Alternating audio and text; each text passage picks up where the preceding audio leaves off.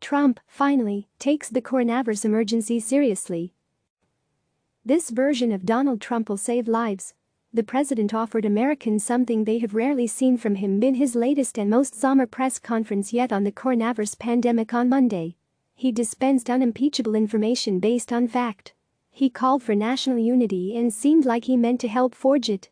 And he ditched his normal habit of hyping the best possible outcome to a situation with improbable superlatives, instead communicating the gravity of a fast-worsening crisis.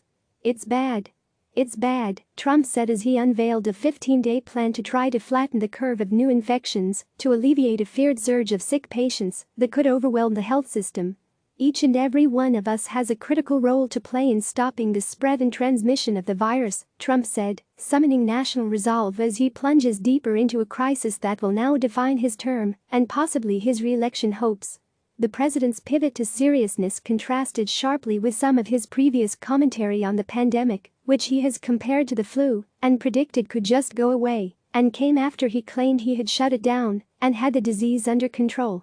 In many ways, Trump's temperate performance was the most conventional moment of a presidency in which he has refused to adopt the traditional mean associated with his position. He came across as the leader of a nation in crisis, calling on its citizens to unite in an outpouring of collective action that might temporarily paper over deep national political divides. It will take more than one serious news conference to turn the tide of the pandemic. And Trump must prove in the coming days he has the focus to lead more than fitfully, and that he can command the complicated machinery of the federal government and corral Americans behind him.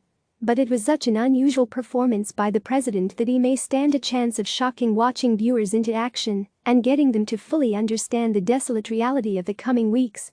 Trump urged Americans to avoid discretionary travel and social gatherings of more than 10 people. He said older people should stay home, as should those with pre-existing medical conditions. Anyone who is sick should not go out, and whole households were told to quarantine, not just the ill family member. "If everyone makes this change or these critical changes and sacrifices now, we will rally together as one nation, and we will defeat the virus, and we're going to have a big celebration all together," Trump said. "With several weeks of focused action, we can turn the corner and turn it quickly." A dark turn in the crisis. The president's steely and inclusive temperament was an appropriate match for a day in which the coronavirus crisis darkened by the hour. A day after the Federal Reserve cut interest rates to near zero, the Dow Jones Industrial Average turned in its worst day in more than 30 years, plunging a staggering 3,000 points. Across the nation, local authorities ordered bars, restaurants and gyms shut down and pleaded with young people to stay home to avoid spreading the virus to vulnerable, sick and older people.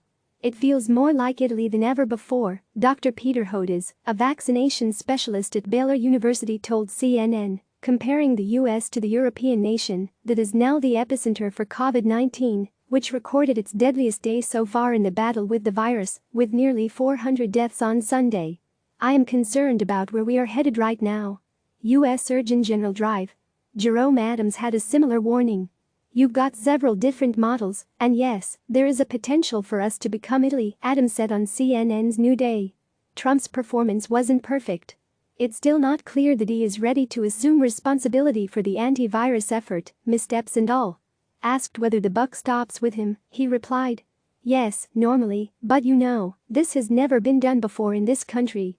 Trump also awarded himself his customary 10 out of 10 for his management of the virus emergency, despite repeatedly playing it down and firing off misinformation about the building storm for weeks in a way that appears to have contributed to the slow federal government response. And Trump's apparent sudden decision to take the novel coronavirus seriously leaves him racing to catch up with state governors and mayors who have been complaining for days about the failure of federal authorities to provide more testing kits and to prepare for the nation's hospitals to be inundated. "This is a national problem and we need federal leadership," New York Governor Andrew Cuomo said at a briefing on Monday as he prepared to essentially shut down his state, earning him a rebuke from Trump, who said Cuomo should do more. Trump warns crisis may not break until July or August. Trump has managed to act like a normal president would before in short bursts, but is always restored to the bilious approach that destroys trust and carves deeper political divides. But his change of tone has the potential to be a significant moment in this crisis. There is nothing that can mobilize the federal government and its massive resources more than a president who is demonstrably engaged. Trump's new attitude might also permit a shift in emphasis by some conservative media figures who have taken his lead in downplaying the gravity of the coronavirus cases in a way that is detrimental to public health. An NBC Wall Street Journal poll on Sunday found that while 7 in 10 Democrats were worried about the virus, only 40% of Republicans shared their concern. Trump often seems to operate in a highly limited time horizon, seeming to say anything in the middle of a political storm that will help him get through the day so he can live to fight again.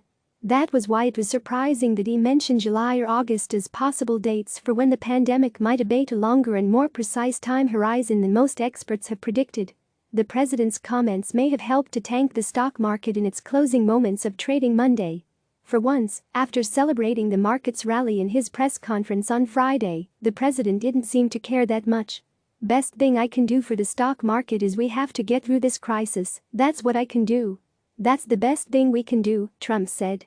He even seemed to contemplate the possibility of a recession brought on by the coronavirus crisis that could be disastrous for a president seeking re-election.